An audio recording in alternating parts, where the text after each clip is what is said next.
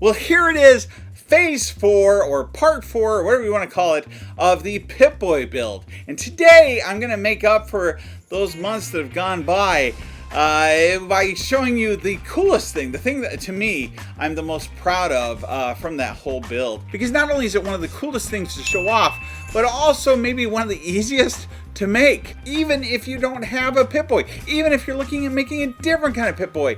And I'm going to tell you about the short Fallout movie that we're making right now and how to support it and even be in it.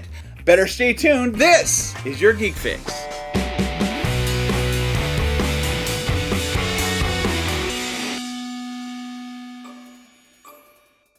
Recently at Gamescom in Germany, the cosplay group Radnex made this Red Rocket style set, and IGN showed off some of their new swag, including the Vault 76 hoodie and Brotherhood of Steel pins. And we've been lucky enough to have IGN accept us as one of their affiliates this year, which means not only can we get you discounts on some of their items, but also that we're able to get some news when it first comes out and exclusive information that you can find here. Now, you might have been wondering, what have I been doing? Because videos aren't coming out as frequently as they used to. And the truth is, I said a long time ago, if you don't see videos coming out, then chances are it's because I'm doing something big and there's something to look forward to. And that's true in this case, because we've been working on and filming a short film, a Fallout film. And I do mean an actual short film. It actually has a long storyline, and not just with the plan of this being a standalone film, but part of a series that we'll release to explore the entirety of the Fallout universe. And there's two ways that I want you to know that you can support us on this. And one of those is to get stuff like this, swag that you can wear or that you can have, things that you can own that are Fallout related. And if you were looking at getting stuff anyways, why not get it for a discount and also be contributing a small amount of that to our film and other projects that we're working on. So check out some of those links below in the description. And if you do buy anything, email me, let me know, and I will put your name in the producer credits. And later, I am going to show you how to not only help to support the film, but also how to be in it. So stay tuned to the end of this video to find out more. In the meantime, let's get to our project. So in phase 1, we opened the Pip-boy. Phase 2, we disassembled it. Phase 3, we showed you how to take apart the Blackberry and how to install different apps on the Blackberry. Now I do have an update for that. Even if you've already disassembled it, here's some things to know. And if you're still looking for a Blackberry, these are some things that will be helpful to you. One thing that I've learned since that last video is that there is a difference between the different Blackberry phones. So AT&T, apparently they wanted to have their bezels rounded, and so the phones are rounded, which makes them bigger just a bit, enough to make them more difficult to be assembled into our Pip-boy. And I did actually use one of those for this current working version that's going right now when I updated it fairly recently. So it can be done, it's fine, but you really prefer the squared off version. Number 2, I purchased 4 more Blackberries since that last video and got them for cheap. In fact, one of them, they were selling 2, and I think it was for like $150. And I put it into them and said, hey, those aren't worth that much. They don't really work. Or there's this whole workaround you have to do. You can't really use them as an actual phone anymore. And they have these buttons that say that you can make an offer. And I made the offer of $50. That's $50 for both, and they took it, which meant that I paid $25 for each of them, which is a good price. Most of the ones that I've gotten have been about $25 to $30, so that's pretty good.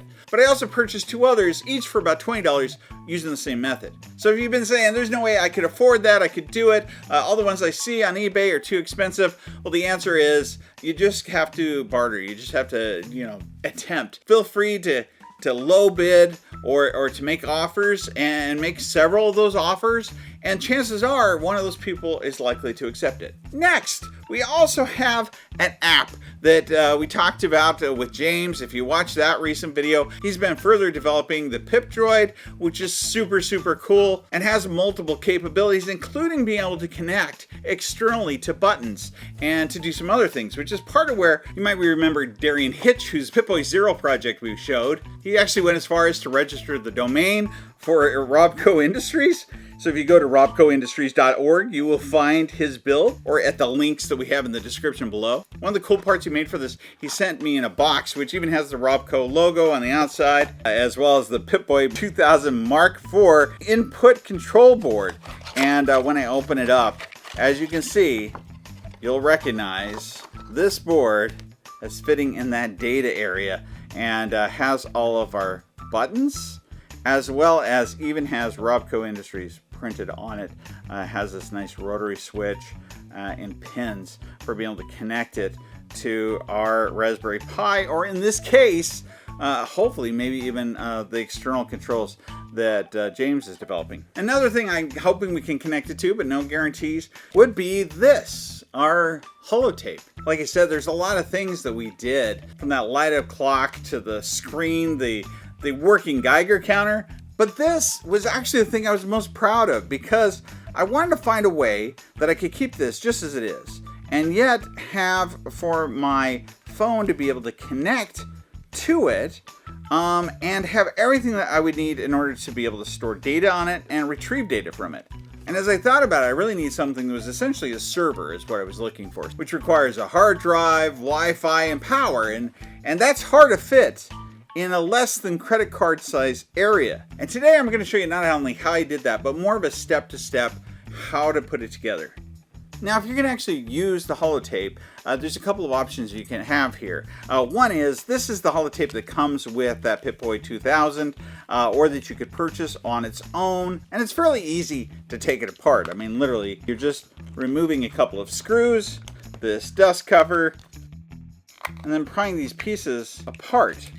The downside is, as you can see, I mean, like this part by itself, it has walls all the way around it. So I've got to open those up in order to fit things in there. Number two, I also have some walls in here that I'm going to have to open up. And when you open this, you'll notice that it's kind of tight in there. So if you're going to use this one, it will mean that you're going to be removing these walls, cutting these walls down, as well as dremeling this completely flat on both sides. The upside is that this plastic's so thick, you won't get all the way through to the grooves. So you can flatten it out. I was able to flatten mine out completely. And then afterwards, you're going to be using glue to basically hold the whole thing together. Alternatively, as this part by itself is kind of expensive even on eBay, I have a file that I created below that was an alternate to using the Holotape. And the nice thing about it is that it's paper thin. It's solid. Trust me, when you print it and you sand it down, it's still plenty solid to hold together, keep its form, be strong, but also gives you plenty of space for being able to fit everything that I'm going to be telling you in it. I mean, more than enough space. You could also create your own models, but this is the one that I created and that I was initially going to use before going through the treacherous mission of making it all fit inside of this one Holotape. Now, what we're going to need in order to be able to make this work. We'll need this Wi-Fi adapter, and I checked a few out. This is honestly the best one. It allows you to attach to 3 devices, up to 3 devices at one time. And you can put any kind of file type on it. I know it says things like JPEGs, PNGs, MP4s, AVIs, but I was also able to put the actual app, the original app, on it, so that when I was at conferences or whatever and I had other people connect to it, that they'd also be able to download it since it wasn't available anymore. It also has a great app for being able to access things. Hopefully we're able to develop something else for doing it. And I would say that you're going to need to go back to video 3, make sure that you download the right app for this, because there's one that I would use on my current phone, and then there's the one that I would use on the Blackberry, because the older version, a certain older version, works much better. It's also going to be a lot easier to set this up before you take apart your Blackberry, so try and do that. Next, we're going to need to test this Wi-Fi adapter before we actually install it or do anything else with it. So that means I'm going to take a micro SD card and I'm going to be inserting that into this adapter. That micro SD card does need to be a certain size. I think I've had no problems with 32 gigabytes. You could always experiment with larger.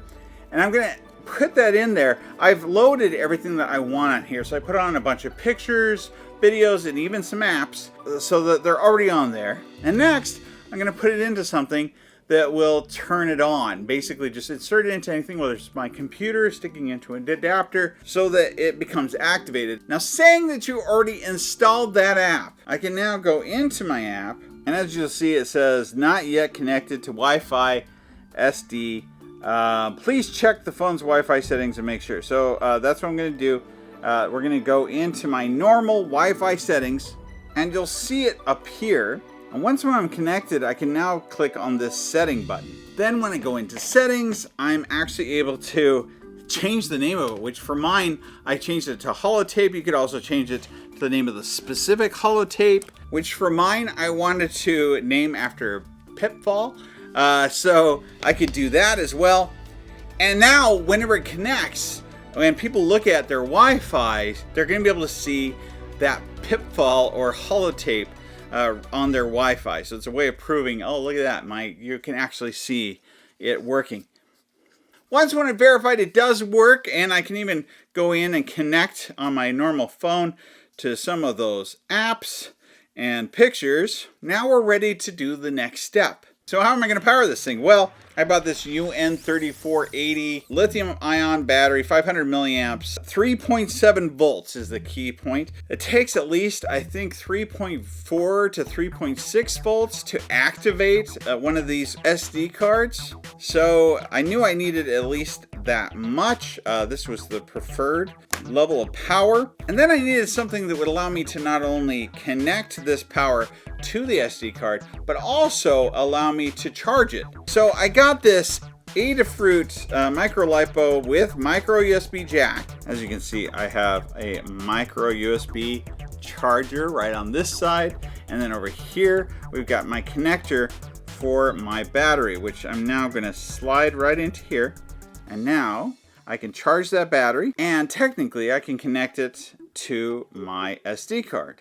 Now I do want to make sure it's powered first, so I do want to charge that up fully, charge up that battery before we do anything else. Once when the battery is fully charged, which this does have color indicator lights to identify, now I need to connect it to that Wi-Fi adapter SD card. But how am I going to do that? Well, originally I thought I'd get a board that had a reader on it, but that used up so much property it would never fit inside of this. So at least until I come up with a better way of doing it, what we did was we actually directly connected it from the board to these pins. So just to make it a little clearer and to see what we're doing, I'm using a purple Adafruit wire and a red one. We're going to be soldering the purple wire to the 5th pin and the red wire to the 6th pin. And then the red wire is going to be attaching to battery, and the purple wire is going to be attaching to my second ground right here. Now these wires I want to be fairly long, so that's 4 or 5 inches maybe. So the next thing I'm going to do is I'm going to go ahead and get on my phone again, because if that battery was charged and I check my Wi-Fi settings, I should find that now my Holotape shows up in my Wi-Fi. So I know at that point in time it's working, and I can even connect to it on my phone. I'm able to, again, access everything. The problem is that now we have a device that's just always on. Like, we don't have a way to turn this off. And this is where it gets fun. This is a reed switch. And the way a reed switch works is that it's in the always off position until it gets connected with a magnet. And when it does, there's 2 wires on the inside that are not touching, that once when they contact a magnet, touch and then complete the circuit, and so it turns on. Remove it from the magnet and it turns off. So for this reason, my purple and red wires, I want to be long enough that I can actually cut that red wire somewhere in between. That's the wire that's giving us power. And I'm going to solder on that reed switch. The problem that I ran into every time that we've done this is, even though there's an itty bitty little arrow to tell you which direction it's going and how to attach it, it hasn't consistently worked that way for me. So when we test it, I'll try it one way. If it doesn't work, we flip it around. You'll see pretty quickly which one works. And remember, you have to have a magnet next to it to make it work. Once when I can see that it actually can work while next to the magnet, I solder those together. And then all I have to do is fit it inside of my holotape. On mine, I want to make sure I had a little space right here so I could actually put in my charging cable, or I could put another one of my magnet chargers. So I wanted that board facing outward. And then the other thing I need strategically placed is I need that reed switch to be somewhere probably all the way up here in this corner, where it's going to be connecting with the magnet that I'm putting inside of my holotape area. Then we glue it all together, and in my case, I also put on this label of my favorite game, which admittedly I haven't found yet in Fallout 4. I know how to get it. I'm going to do that online one of these days. But at any rate, I used to have the label go all the way around to here, sliding it in and out. It kind of peeled off, so that's why there's nothing on this side right at the moment. If we did everything right, when that corner gets in contact with, or at least close to, those earth magnets that I used, it should turn on, and at that point in time, we'll see it show up on our Wi-Fi on other devices. Remember, up to 3 can see it, and also on my actual Pip-boy.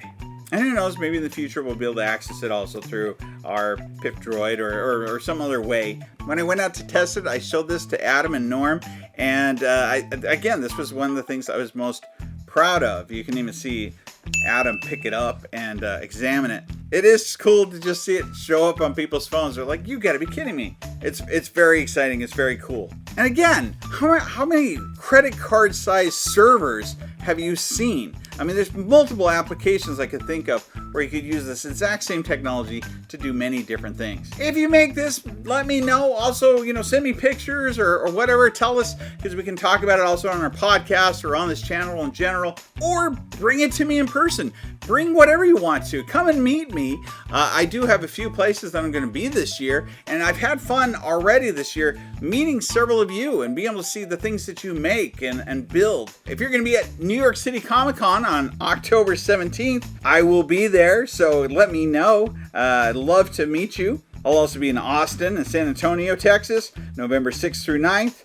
And in Las Vegas and Good Springs with my friend James from our channel, and also Chris Bernardo. And supposedly Vince will be there as a bobblehead. I don't know. Maybe you can sign it for him. But if you do think of coming out to any of these, please let me know by emailing us at yourgeekfix@gmail.com. And finally, getting back to my earlier news, as far as our movie goes, if you want to contribute, all you have to do is just buy some items on the IGN store using our link, and not only will you get a discount on many of these items, but also a small portion will go to our channel, and we will probably use it for that movie that we're making. And if you email me to let me know, I will even give you producer credits. Of course, the more you spend, the higher you'll be on that list. But let's say that you've been wanting to be in a movie. One that I'm hoping to even have listed on IMDb,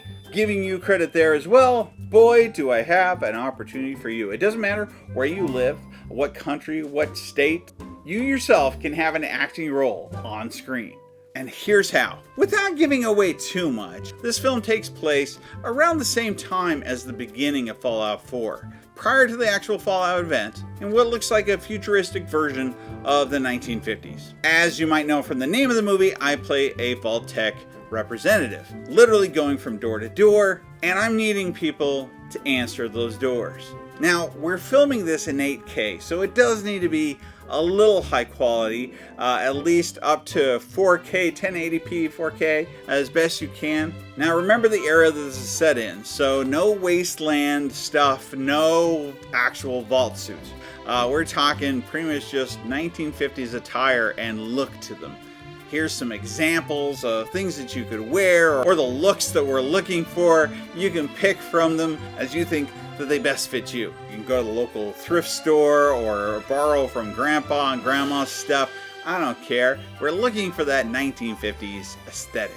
Also the background, if possible. So trying to keep things out of your background that wouldn't be accurate to that 1950s look. One of the easiest ways around this, if you don't have that style of home, although I know a lot of you Fallout fans do, Another easy way is with a green screen. Now, I have actually multiple professional green screens, but I truthfully be told, even my very large ones, I tend not to use them as much as green poster board. And I tend to get it at the Dollar Tree or dollar store. And so for about 20 bucks, I can have a really large green screen that covers most of my garage door when I film outside. Just remember that that green screen needs to be separately lit and kind of even, and you want it far enough back that your shadow won't be on it. Next, this is the framing I'm looking for. So basically, this is the portion of yourself that should be showing. This is a good measure of the amount of you that you want to show. So basically, from the upper portion of your chest to just above your head. And it's fairly close too. Make sure that your lighting is even and that you don't have any shadows. If you're standing in the doorway and there's an awning, which all these houses had, then you're pretty much standing in the shade, so we don't want any shadows. So the more evenly that you're lit, right at the moment I kind of have that, as you can see that I don't have many shadows. If I turn off my lights, you can see some more. And then the total duration is pretty short. We're talking about something that's about 10 seconds in length. So 5 seconds, you quickly open the door, pretend that you're opening up a door, that you're standing in that doorway, and you're gonna greet me with a nice smile or a positive, inquisitive look. Like you're receptive initially. And then you're gonna switch at that 5 second mark to angry, disturbed, upset, whatever you want to say, before slamming that door, pretending to slam that door. It's kind of best if you actually do have a front door that you could do this at, so you have a better feel of the distance and the way that that door would operate and the distance you would be from the frame. Once when you filmed it, contact me by sending me an email at yourgeekfix@gmail.com. That way I can also get more information from you, both for our credits and also so I can keep track of the video. I'll then let you know how to post that or how to send it to me. At 4K, it'll be just the right size file if you kept it to that 10-second mark.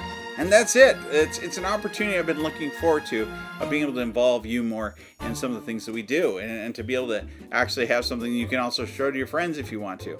Don't overthink it. Don't let your mind get onto it. Don't be like, I'm not the kind of person who wants to be in front of a screen or to have people criticize me. This is your opportunity to be a star.